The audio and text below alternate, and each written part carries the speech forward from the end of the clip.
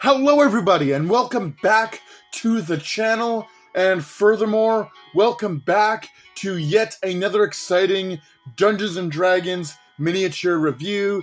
Today we're taking a look at the abominable Yeti.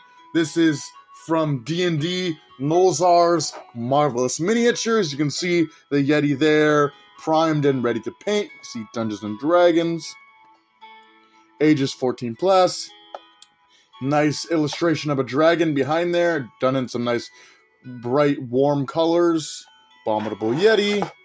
Back of the box you can see a glamour shot of the figure fully painted with that same dragon in the kind of flaming dungeon background that we've seen on all of these Dungeons & Dragons packages.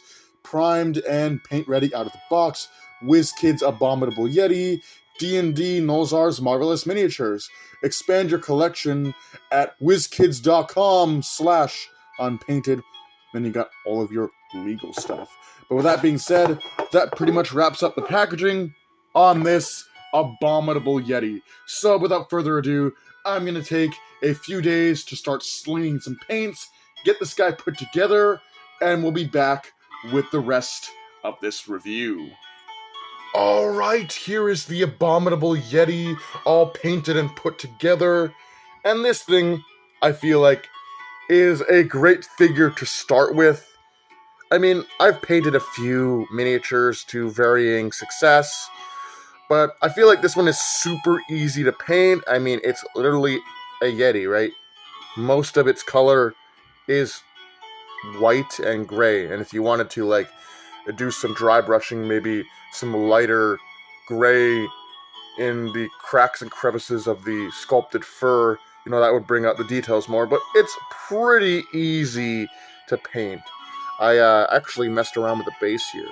I used some Arctic Frost, I think is what it's called. It's a special paint that, when it dries, looks like clumps of snow. And then I painted, you know, the part that you can see right there with a kind of almost bluish, pale, gray color to kind of resemble ice underneath the snow. He's got these dark gray hands and feet, and even his face and ears. Big mouthful of snarling teeth there. And his eyes are actually a mixture between light blue and white paint to kind of give it that frosted look, as the Yeti is supposed to have frost-colored eyes that instill fear to whoever looks at it in the eyes. I used a blue wash on the horns here to make them different from how it was shown on the box. You know, we got to make it unique to us, you know. We can't just make it exactly how it is.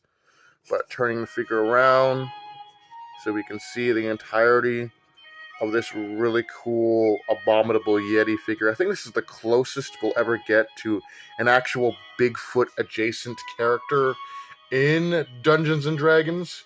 I don't think there's an actual Bigfoot in the game. I think the closest you'll ever get to that is the giant ape or giant gorilla.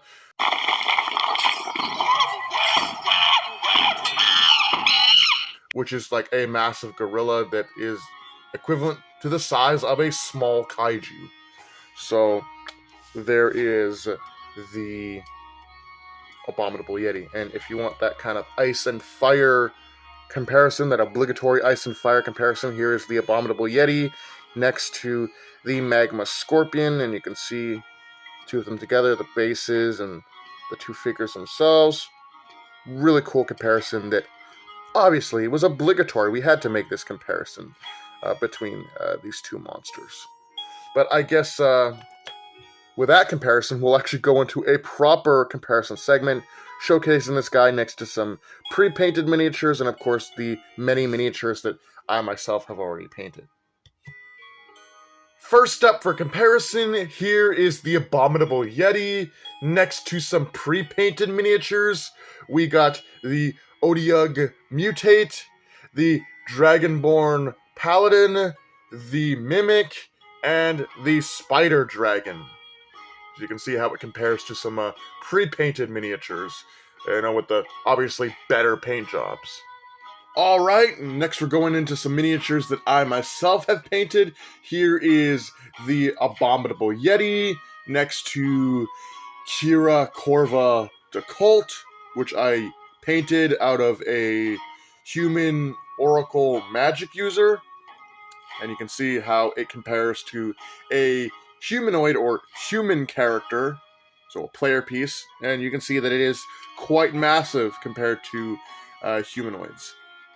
Here it is next to a medium-sized monster. We have the Otyugh. This is my favorite miniature that I've painted. Alright, here is the Abominable Yeti next to the Diving Griffin. Abominable Yeti next to a young Emerald Dragon. Abominable Yeti next to a young Blue Dragon. And last, but certainly not least, we have the Abominable Yeti next to a Bahir. So, the Yeti. I think this is a really cool, simple figure. It's a bigger size, right? So it's not like super small. It's, I think, what is classified as a large figure. But you can see he's very simple. He's just standing there in the snow and ice, roaring angrily. Maybe he's protecting his territory. Now, I don't usually agree with horns on Yetis. I think that that's kind of stupid, and that, obviously the real Yeti did not have horns like this. But it's a cool design feature, and I think it actually looks really nice on Dungeons & Dragons version of the Yeti creature. But this is something that I'm very familiar with. A lot of Yeti merch and toys and all that stuff have the horns, so it's nothing that I'm not desensitized to already. And I have reviewed a few Yeti toys here on YouTube. He's got a nice, he's angry, screaming face, his claws are jutting out, and even the palms of his hands are nicely done with all the wrinkles and everything. He's got a nice six-pack here, very strong creature. He's the Yeti, which is basically the abominable snowman, basically the Bigfoot. But yeah, he's a really cool and awesome miniature. I really like how the Arctic Blizzard paint turned out. It really makes it look like he's standing in like a frozen tundra, a howling blizzard. He's about to ambush your party of adventurers during your D&D campaign and use his Arctic chilled powers against your crew. But with that being said, hope you guys enjoyed. Do take care, have a great night, and I'll see you in the next video.